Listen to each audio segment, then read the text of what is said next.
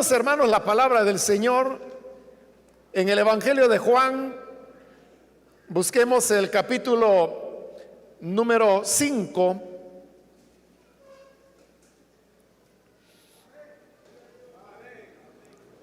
Y vamos a leer ahí los versículos que corresponden en la continuación del estudio que estamos llevando en el Evangelio de Juan.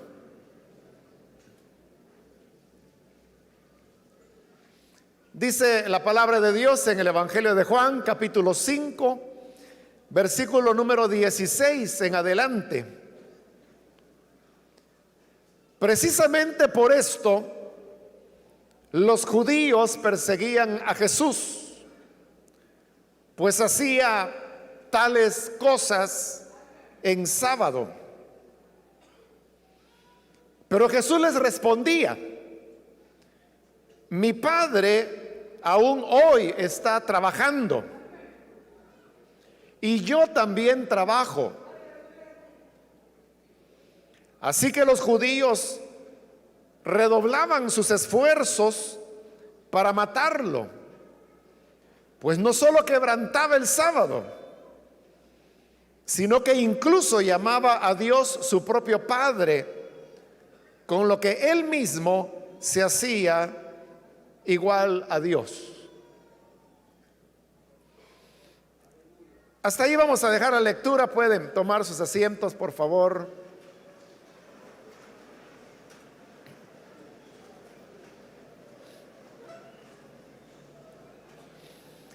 Este día, hermanos, continuamos con el estudio de este capítulo 5, donde encontramos que el Señor Jesús realizó una sanidad en un hombre paralítico, y lo hizo precisamente en un día sábado.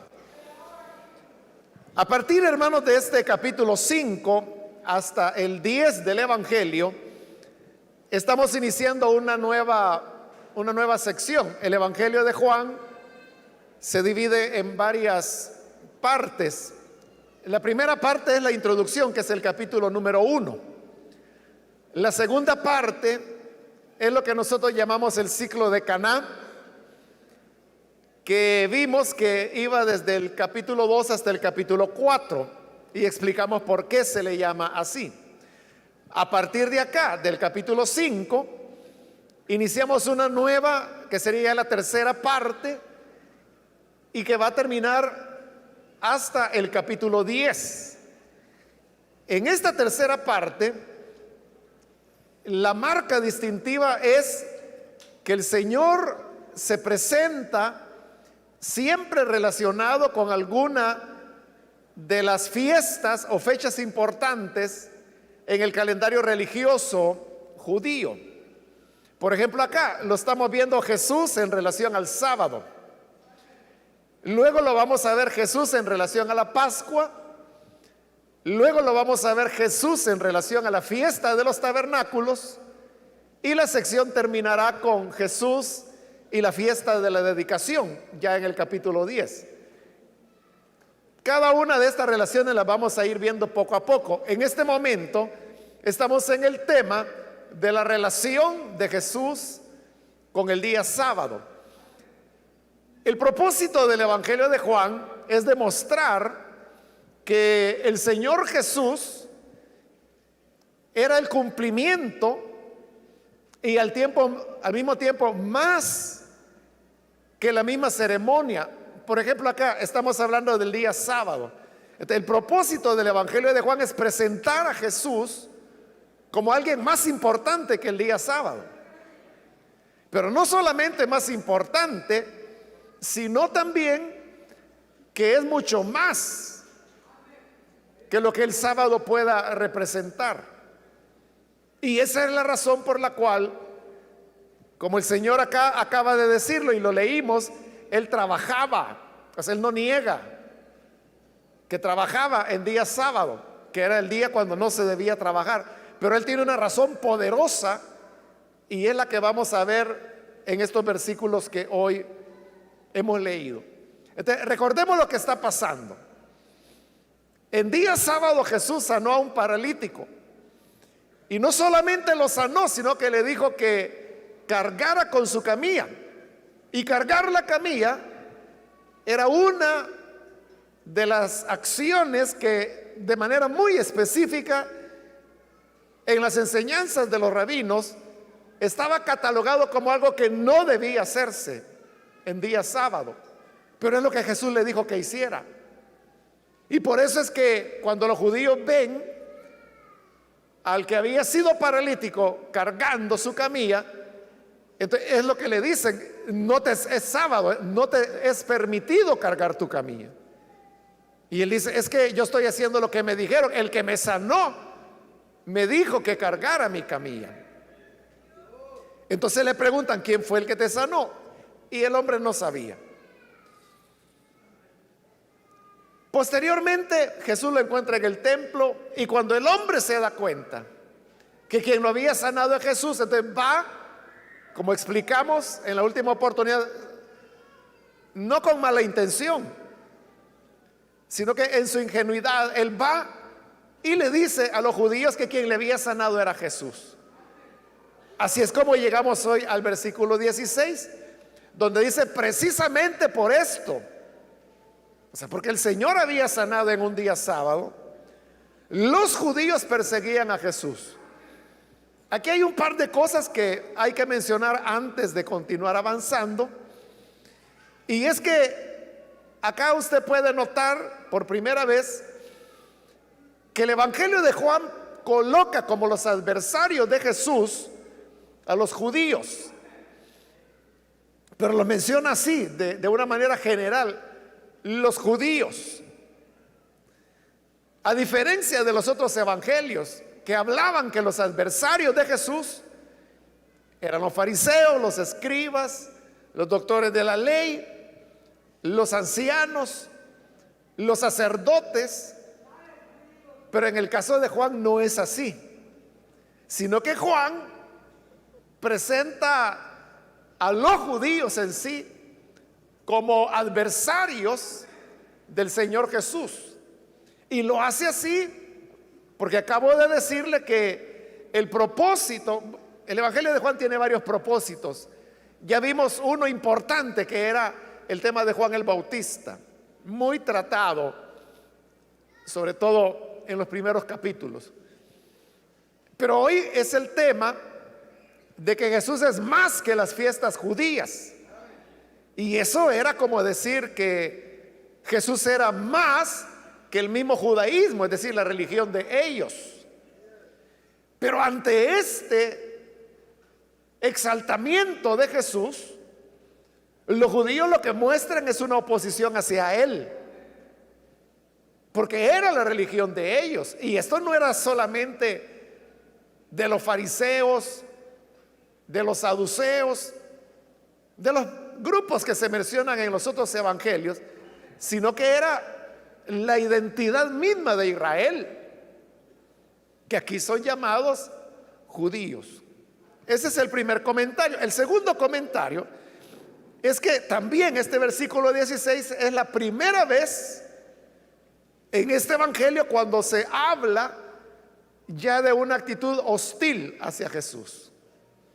Su ministerio apenas está comenzando, pero ya él está siendo perseguido. Así lo dice el 16. Precisamente por esto los judíos perseguían a Jesús. Entonces ya hay una acción de persecución. Y en el versículo 18 ya se va a decir que lo querían matar. Entonces el tema de los judíos está muy relacionado con el tema de la oposición, que bien pronto se convierte en un plan para matar al Señor. Otro elemento más que podemos añadir de este versículo 16 es algo que casi no se nota, pero vea, dice el 16: precisamente por esto los judíos perseguían a Jesús. Ahora oiga, pues hacía tales cosas en sábado. Note que lo está haciendo en plural. No dice que lo perseguían porque había hecho tal cosa en sábado, que era sanar al paralítico, sino que había hecho tales cosas en sábado. Es decir, el tema de la sanidad del paralítico, Juan lo está presentando solamente como un modelo, como un ejemplo de lo que Jesús hacía, pero que no era lo primero que Jesús hacía en sábado. Ya había hecho otras cosas que no se narran en el Evangelio de Juan. Por eso es que dice que Jesús hacía tales cosas. ¿Qué cosas? Como esta de sanar a un paralítico en día sábado. Pero no solamente eso él había hecho en sábado, había hecho otras cosas. Por tales cosas es que hoy los judíos lo perseguían. Estamos acá, hermanos, en esta sanidad del paralítico, en la tercera señal de las 7 que el Evangelio de Juan nos presenta. Y en la última oportunidad dijimos que es a partir de esta tercera señal que ya comienza el tratamiento que el Evangelio de Juan hace de las señales de Jesús, de las 7 señales que narra. Y es que Jesús hace una señal y luego viene un sermón a través del cual Jesús explica la señal hecha. Eso es lo que sucede acá. La señal ya se narró en los primeros 15 versículos, que es lo que cubrimos en la última oportunidad. Lo que hoy hemos leído, que son los versículos 16 al 18, es como una introducción. Y lo que es ya el discurso que sigue a la señal comienza en el versículo 19 hasta el final del capítulo. Entonces, lo que vamos a cubrir en esta oportunidad es esa introducción que Jesús hace antes de pronunciar su discurso sobre el día sábado. Pero la introducción es importante, porque en ella encontramos la clave para poder entender el discurso que luego él va a dar, porque parecería que el discurso o sermón que el Señor da no tiene relación con el sábado, a menos que se entienda la introducción. Y por eso es que yo me he limitado a leer los 3 versículos de la introducción, porque si entendemos eso, ahí vamos a tener la llave para poder comprender el resto del sermón que vendrá a partir del versículo 19. Ahora, retomemos. En el 16 los judíos están molestos con Jesús. Lo persiguen porque él hacía cosas como esta que se narró del paralítico en sábado, que era el día de reposo. Perdón, ahora en el 17 dice, pero Jesús les respondía. Es decir, que frente a ese hostigamiento de los judíos, Jesús tiene una respuesta. Y la respuesta es que les dice, mi Padre aún hoy está trabajando. Y recuerde que eso está ocurriendo en un día sábado. Y note lo que él está diciendo, mi Padre aún hoy, sábado, está trabajando. Y yo también trabajo. La idea es, como mi Padre hoy está trabajando, entonces yo también trabajo. Por eso le digo, no es que Jesús niegue, él nunca negó que él hacía obras en día sábado que de acuerdo a las tradiciones de los rabinos, sus enseñanzas, no se tenían que hacer. Él reconocía que las hacía, pero la cuestión es que tiene una razón poderosa para hacerlas. Y es que su Padre también trabaja. Hoy, decía él, que era un día sábado, hoy aún él está trabajando. Para entender, hermanos, esta frase del Señor, que es una frase profunda, es necesario que expliquemos un poco más acerca del sábado y cómo se entendía en la época de Jesús. Comencemos con Jesús. Él, sabemos, y lo acabo de decir, que Él hizo, su obra no cambiaba. Es decir, no era que Jesús desarrollaba su ministerio de domingo a viernes y el sábado se quedaba descansando. O sea, no era así. Para Jesús, el sábado Él seguía tan activo como cualquier otro día de la semana. Ante eso, Jesús tenía dos argumentos. Porque esto de que Jesús sanaba en sábado y que Él tuvo encuentro, como en Juan, con los judíos, o como en los otros evangelios, con los escribas, con los fariseos, con los doctores de la ley, usted sabe que es algo que ocurrió muchas veces y aparece repetidamente en los evangelios. Y cada vez que se narra que Jesús hizo una obra en sábado, siempre el Señor tenía una respuesta o una aclaración de por qué lo hacía. Pero todas esas explicaciones, que son varias, están en los 4 evangelios, las podemos reducir a 2 argumentos. O sea, todas las explicaciones que Jesús dio se reducen a 2 argumentos. El primero es un argumento que podríamos llamar de carácter humanitario. Cuando Jesús decía, porque lo dijo varias veces, voy a poner un ejemplo. Un día era sábado, Jesús estaba en la sinagoga y apareció una mujer que estaba encorvada.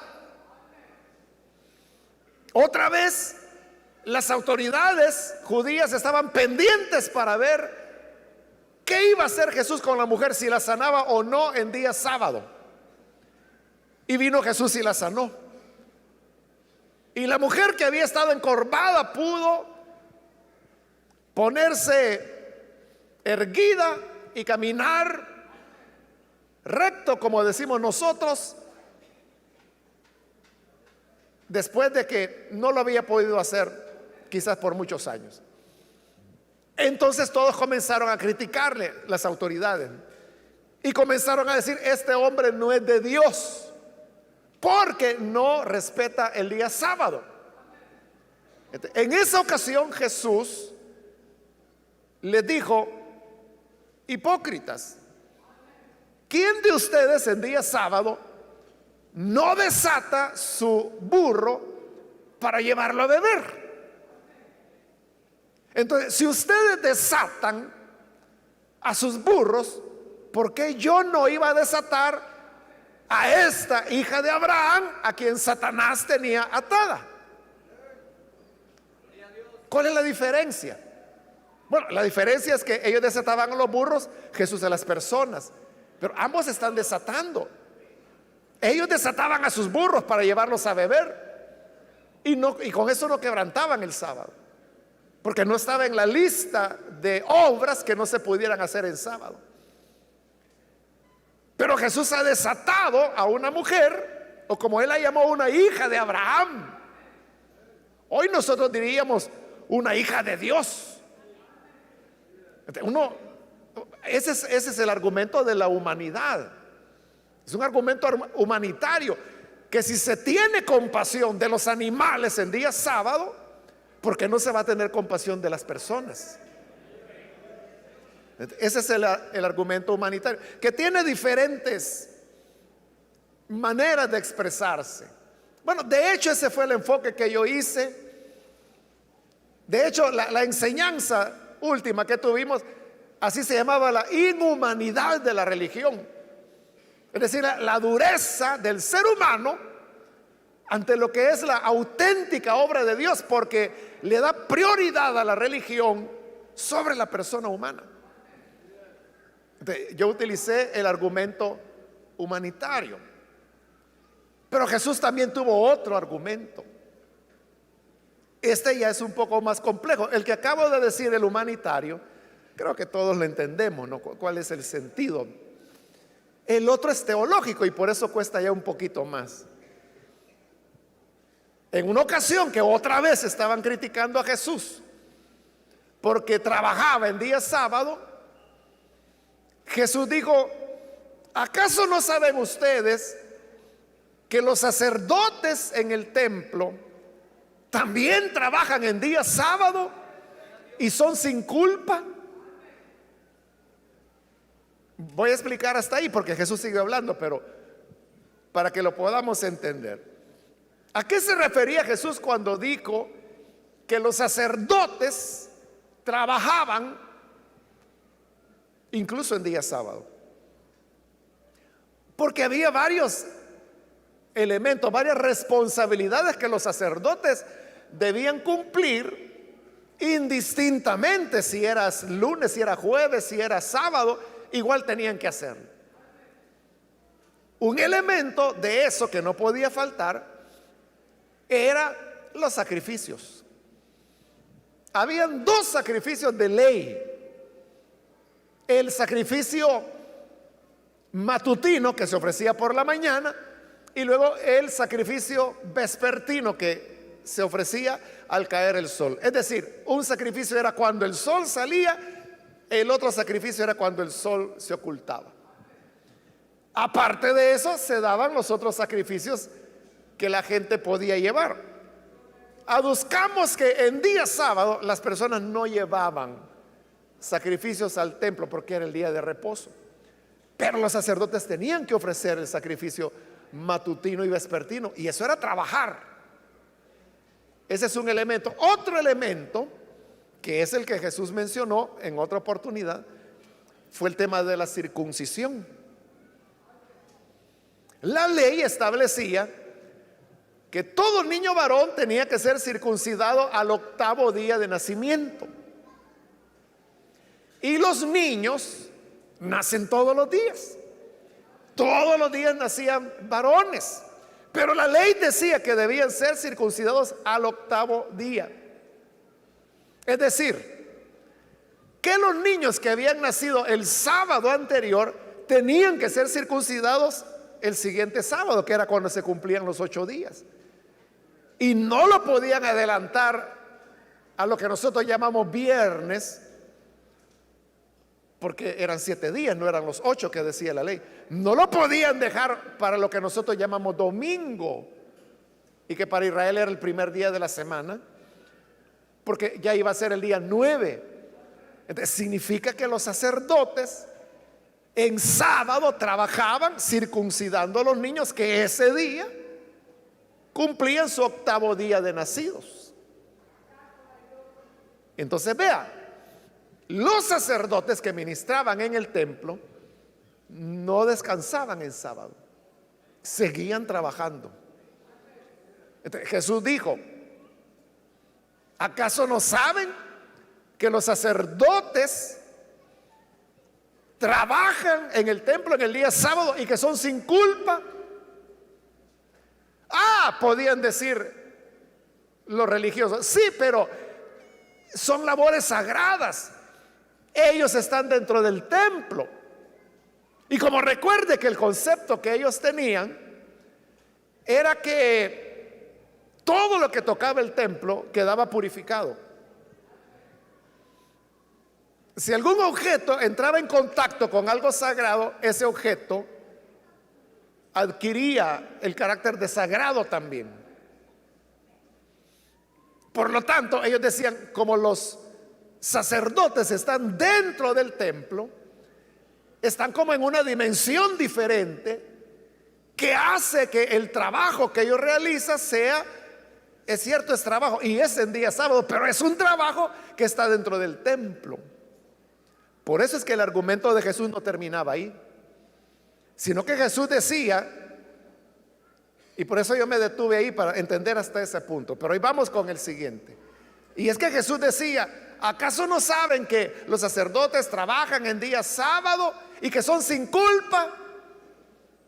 Y luego, oiga, él decía: y he aquí uno más grande que el templo. O sea, ese era el remate. Y ese era el argumento teológico. Porque la idea era esa que le acabo de explicar. Que los judíos podían decir, sí es cierto que los sacerdotes en sábado siguen ofreciendo sacrificios, siguen encendiendo fuego, siguen moviendo la leña, siguen degollando animales, siguen circuncidando, siguen cambiando los panes de la mesa de la presencia, que tenían que cambiarse todos los días, tienen que estar despabilando el candelabro.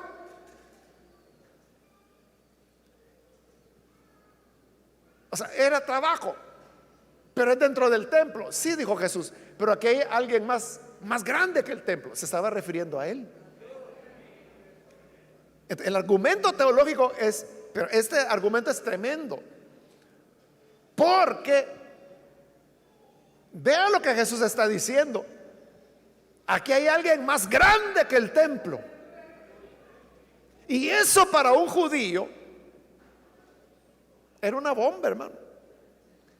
Equivaldría a que alguien, algún fulano por ahí aparezca y que viniera a nosotros, que nuestra regla, como se dice frecuentemente, de fe y de conducta es la Biblia. Y que venga este fulano y diga, pero mire, yo soy más grande que la Biblia. ¿Cómo le caería eso? Nosotros diríamos, este es un chiflado, este es un loco, este es un blasfemo. A este no le hagamos caso, que lo manden al psiquiátrico. O sea, porque no nos cabría la idea de que una persona sea más que la Biblia. Algo así era cuando Jesús dijo, y aquí alguien más grande que el templo, que era él, era Jesús. El Señor se presentaba a sí mismo como alguien más sagrado que el templo, más grande que el templo. Porque recordemos, ¿qué es el templo? Era como la morada simbólica de Dios en la tierra. Pero ¿qué dice, por ejemplo, Colosenses? Que en Cristo habita corporalmente la plenitud, es decir, la totalidad de la deidad. Es decir, en Cristo Dios estaba en su totalidad. Y por eso también la Escritura dice que Dios estaba en Cristo reconciliando consigo a la humanidad. Eso es lo que hacía que Jesús fuera más que el templo. Entonces, si Él era más que el templo, Jesús, si Él quería, podía sanar enfermos, echar fuera demonios, hacer las señales que quisiera en día sábado, y no había problema.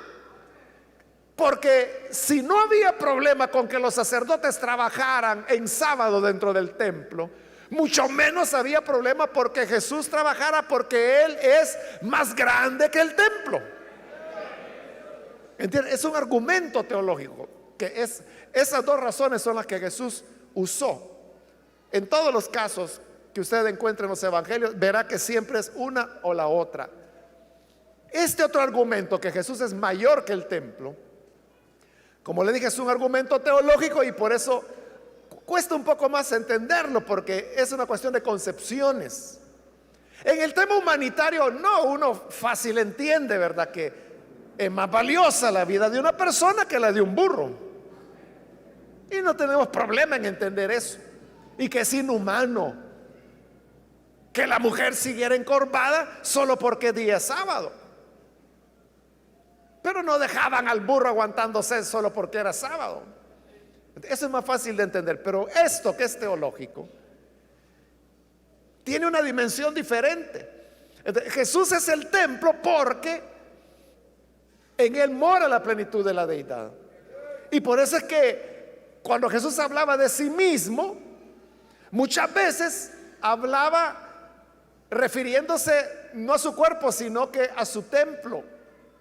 Esa era la palabra que él utilizaba. ¿Se recuerda cuando él dijo: destruid este templo y en 3 días lo reedificaré? Él no dijo: destruyan mi cuerpo, o no dijo: mátenme, que yo en 3 días esto lo reparo, yo resucito. No, él habló del templo, pero estaba hablando de él. Y ni los discípulos lo entendieron, porque era un argumento teológico que no es fácil de entenderlo, hasta que resucitó. Y dijeron: entonces cuando él dijo: destruyan este templo que en 3 días lo levantaré, él no estaba hablando del edificio, sino que estaba hablando del templo de su cuerpo.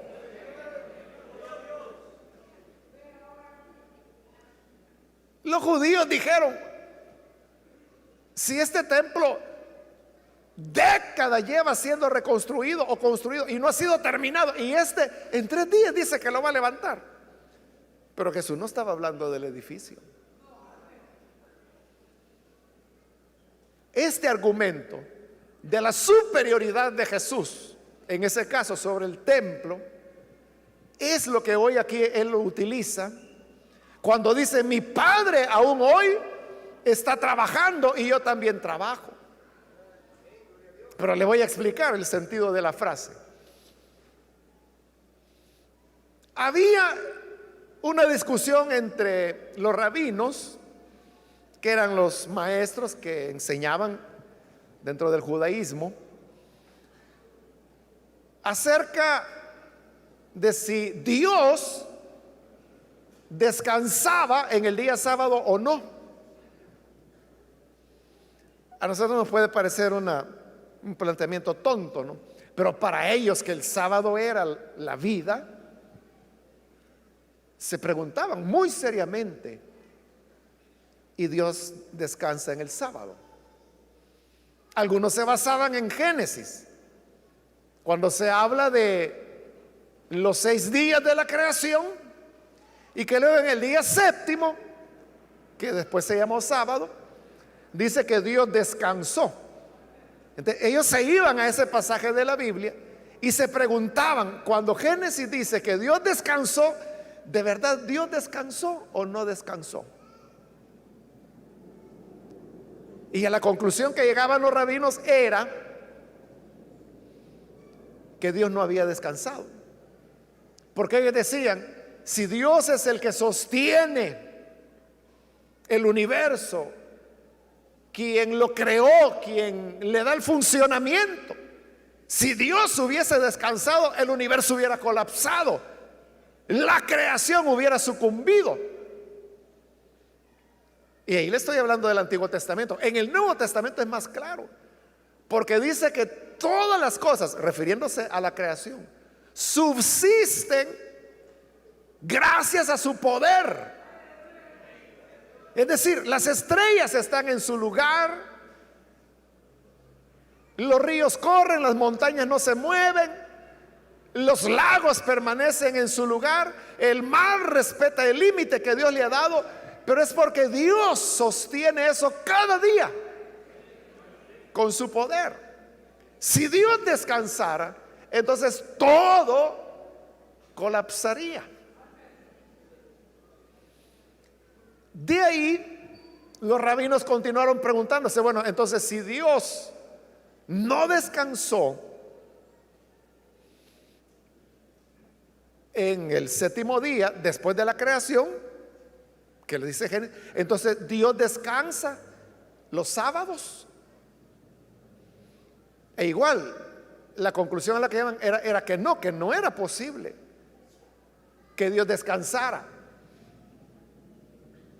Había un rabino famoso en esa época, solo me recuerdo en ese momento de su segundo nombre, que era Yohanan, pero se me ha escapado el primer nombre. Pero Yohanan, que era muy respetado entre los judíos, él decía que Dios era el único que tenía 3 llaves, decía él, y que nadie más las tenía sino solamente Dios.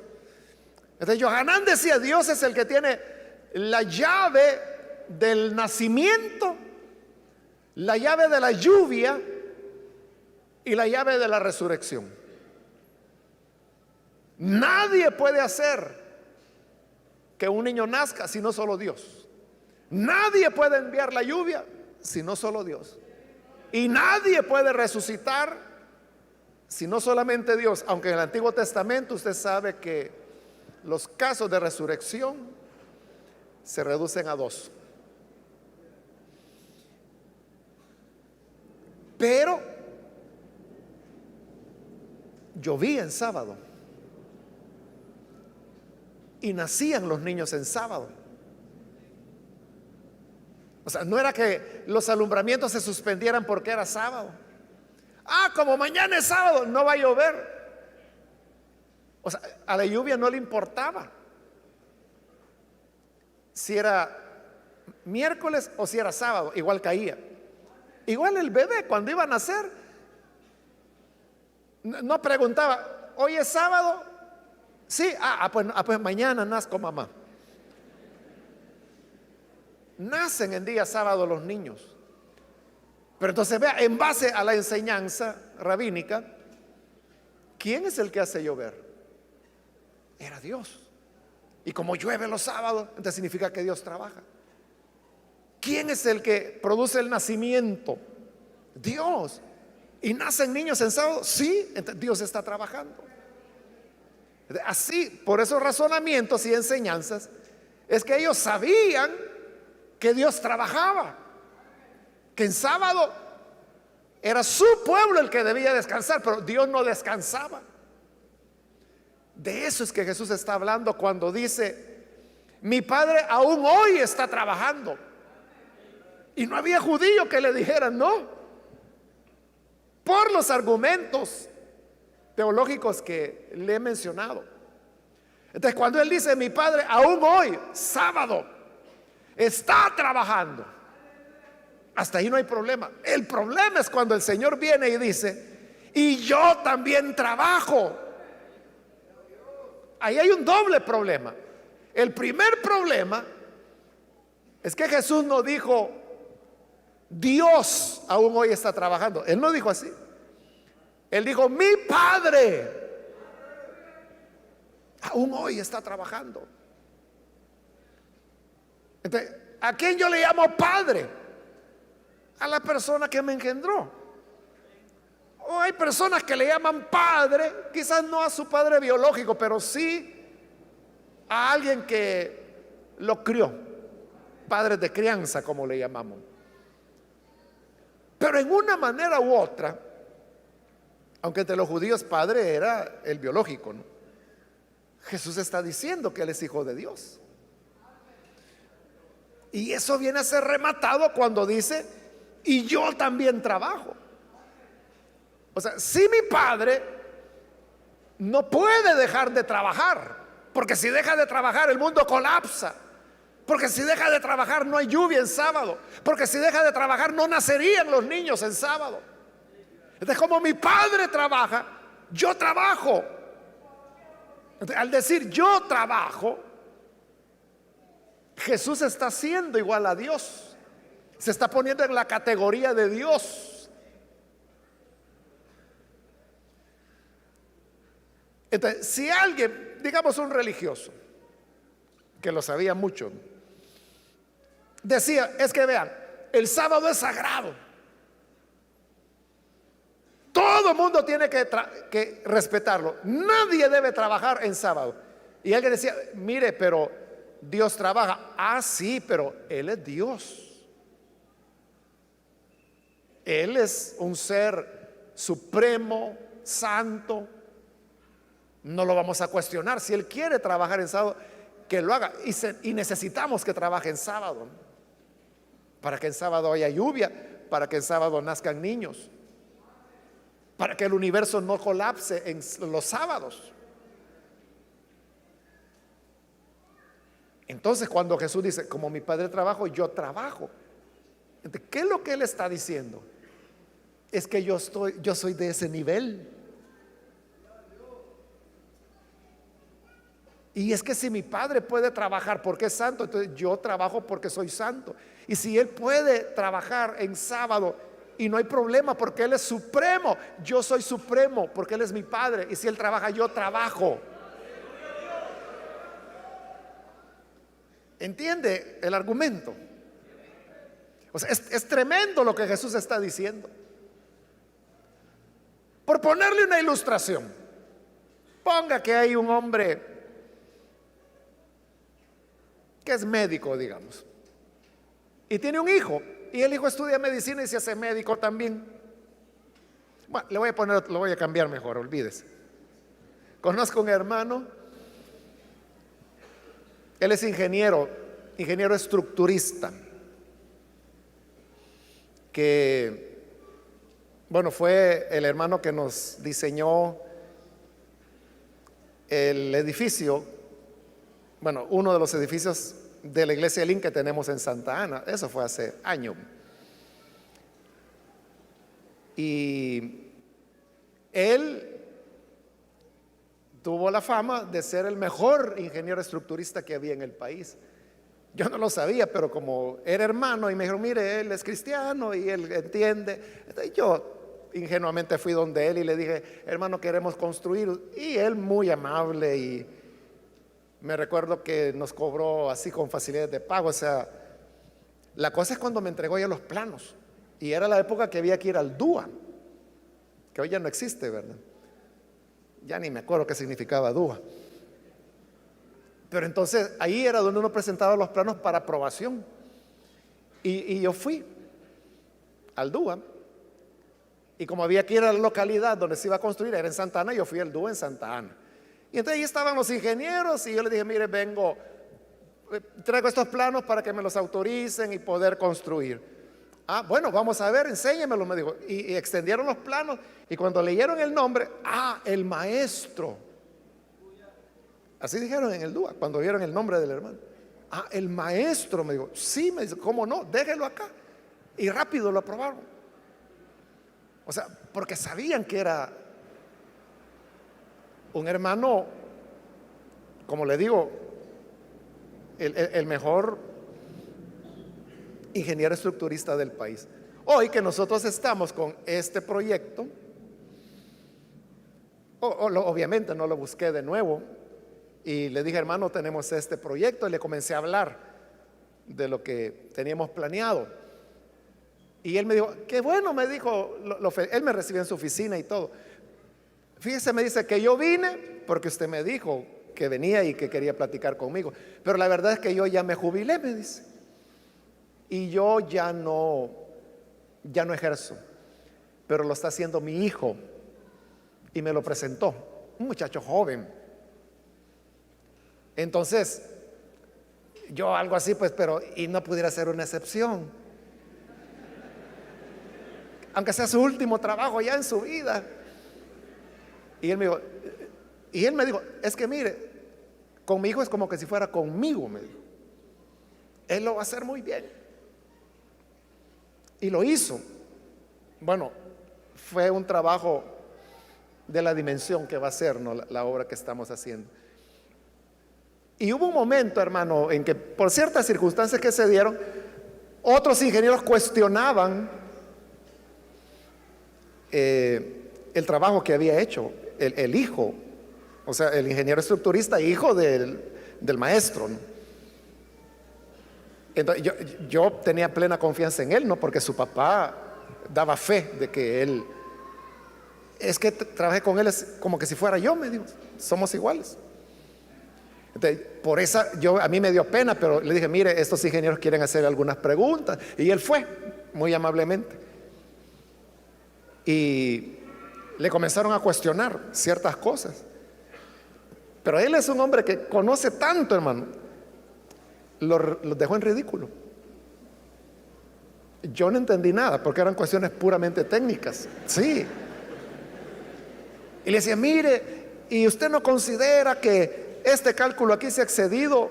No, decía él, porque aplicando la fórmula no sé qué, y empezaba a explicarles, y los otros se quedan como sorprendidos. ¿Y eso cómo es? Haga sus cálculos, les decía él.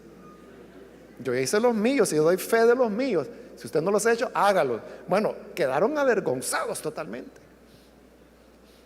Entonces, le contaba esto, hermano, porque ahí pues estamos hablando de un campo humano, ¿no?, que es ingeniería. civil, estructural. Pero lo que me dijo el hermano es que si habla con él es como conmigo, o sea, él le va a trabajar igual. No tenga pena, me dijo, es igual. Claro, tenía un maestro de padre. Entonces lo mismo es acá. Mi padre trabaja, yo trabajo. Entonces, él puede decir, o sea, nunca lo dijo, pero él podía decir, es que lo que mi padre podía hacer, yo lo puedo hacer. Con herramientas ahora mucho más avanzadas, porque cuando se hicieron los planos de Santana eran dibujados a mano. Hoy son programas, ¿no?, informáticos, con esas diferencias, ¿no? Pero como le digo, él nunca lo dijo, pero podía haberlo dicho, y con toda verdad. Es que mi cálculo, mi trabajo es igual que el de mi padre. Eso es lo que Jesús está diciendo acá. Mi padre aún hoy está trabajando en día sábado. ¿Y quién va a culpar a Dios de no guardar el sábado? Si es Dios. Yo también trabajo, dice Jesús. ¿Qué es lo que está diciendo? Casi está diciendo, yo soy Dios. Y así como mi padre no puede ser criticado por trabajar en sábado, yo también trabajo en sábado. Y eso lo entendieron tan bien los judíos, que vean la reacción en el 18.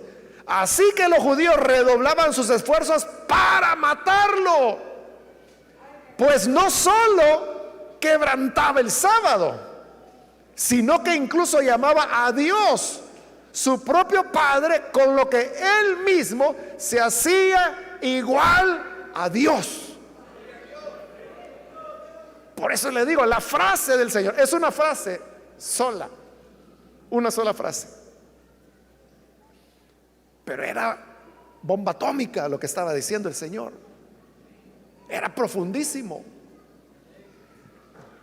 Y esto de que el Hijo es como el Padre, y ese va a ser el argumento de todo el Evangelio de Juan, porque en Juan es donde Felipe le dice, Señor, tanto tiempo has estado con nosotros, lo que quisiéramos es una sola cosa, que nos muestres al Padre, muéstranos al Padre y ya nos podemos morir felices. Y Jesús dijo, Felipe, tanto que tengo que estar con ustedes y aún no me has conocido. ¿Qué le estaba diciendo Jesús con eso? Pues él no estaba diciendo yo soy el Padre. Lo que él estaba diciendo es que si me has visto a mí, es lo que dice, el que me ha visto a mí ha visto al Padre. Como a veces, ¿verdad? Nosotros decimos, mire, él es el hijo de fulano. Ay, si es que ni me lo hubiera dicho, ni es necesario que me lo diga, es idéntico. Entonces, eso es lo que Jesús le dice a Felipe, el que me ha visto a mí ya vio al Padre. Entonces, ese colocarse al nivel de Dios, como le dije, es la llave para entender el sermón de Jesús sobre el sábado, que viene ya a partir del versículo 19, que es el que continúan. Entonces, hermanos, por eso es que aquí entendemos plenamente a qué se refería Jesús cuando en los evangelios sinópticos él dice, porque yo soy Señor del sábado. O sea, ¿qué quería decir él con eso de que soy Señor del sábado? Eso, que para Dios no hay sábado. Dios sigue trabajando en sábado. Dios nunca descansa. Por eso es que él dijo, mi Padre aún hoy sábado está trabajando, por tanto yo también trabajo. Entonces Jesús está por arriba del sábado. Por eso es que los títulos que le ponen a algunos párrafos de la Biblia dice Jesús, Señor del sábado, porque está por arriba del sábado. Y usted sabe que hoy en día todavía hay gente que anda loquita con el sábado. Todavía hay hermanos que me preguntan: hermano, ¿y qué día hay que descansar? ¿Cuál es el día de reposo? ¿El sábado o el domingo? Mire, eso hace 2000 años que se resolvió y todavía está preguntando.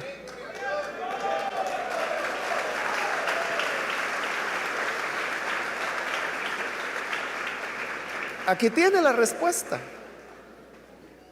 Nuestra preocupación no debe ser el sábado. Nuestra preocupación debe ser Jesús. Porque si lo tenemos a Él, como dice la Escritura, en Él fuimos santificados, circuncidados, redimidos, salvados, bautizados. O sea, todo en Cristo lo tenemos, porque ¿qué puede ser más que Dios? No hay nada que pueda ser más grande que Dios. De ahí la suficiencia de Jesús sobre cualquier elemento religioso, sea sábado o cualquier otra cosa que la religión quiera decirnos. Jesús está por arriba, porque Él es el Hijo del Padre. A Él es a quien lo necesitamos.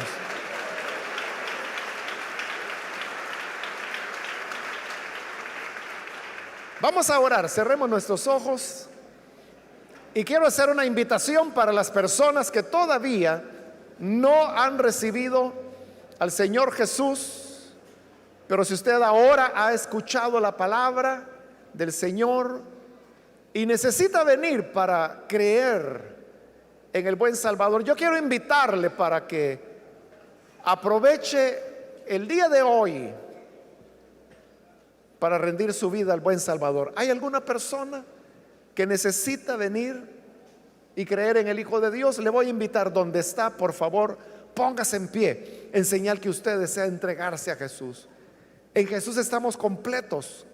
En Jesús no necesitamos sábado, no necesitamos nada que la religión pueda pedir, porque en Él la obra de salvación está completa. Por ello es que al morir en la cruz, Jesús dijo: todo se ha cumplido, todo quedó consumado. No hay más que podamos añadir al sacrificio de Jesús. En Él tenemos plenitud de vida. Por eso yo invito a alguna persona que necesita venir al Hijo de Dios por primera vez. Póngase en pie, por favor, y vamos a orar por usted. Cualquier amigo o amiga que necesita venir y es primera vez que lo hace, póngase en pie. Solo le voy a pedir que lo haga rápidamente, porque solo tengo 3 minutos y vamos a orar. Muy bien, aquí hay un hombre, Dios lo bendiga, bienvenido. Alguien más que necesita pasar puede ponerse en pie para que oremos por usted. Puede venir, si se encuentra en la parte de arriba, también puede venir. Quiero ganar tiempo e invitar, si hay hermanos que se han alejado del Señor, mas hoy necesitan reconciliarse, también yo le invito, póngase en pie y venga, vamos a orar. Si hay personas que no han recibido al Señor, amigos, hermanos que necesitan reconciliarse, póngase en pie. Muy bien, aquí hay otra persona, Dios le bendiga, bienvenido. Alguien más que necesita pasar. De este lado hay otra persona, Dios la bendiga, bienvenida. Alguien más que necesita pasar, venga, acérquese, porque esa es ya la última invitación que estoy haciendo. Pero si hay alguna otra persona que necesita venir, venga y aproveche, pues esta es ya la última invitación que he hecho. ¿Hay alguien más? Muy bien, aquí hay otra persona, Dios le bendiga, bienvenido.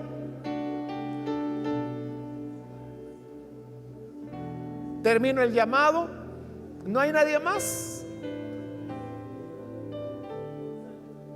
Y así oramos. A usted que nos ve por televisión, también le invito para que se una con las personas que están acá al frente ore con nosotros. Padre, gracias te damos, porque tú eres misericordioso y cada día continúas salvando y añadiendo a la iglesia los que has elegido para vida eterna. Gracias porque en tu obra de redención no hay un día de descanso. Día tras día tú continúas salvando, redimiendo, cumpliendo con tu plan de vida que tienes para con tu iglesia. Te ruego por aquellos que a través de televisión, de radio, de internet se unen en esta oración y así te reciben hoy como Salvador. Que tu gracia, tu bendición y tu paz pueda ser sobre cada uno, y que podamos, Señor, servirte, amarte y reconocerte como supremo y como lo único que necesitamos para tener vida. Por Jesucristo nuestro Señor lo rogamos. Amén y amén.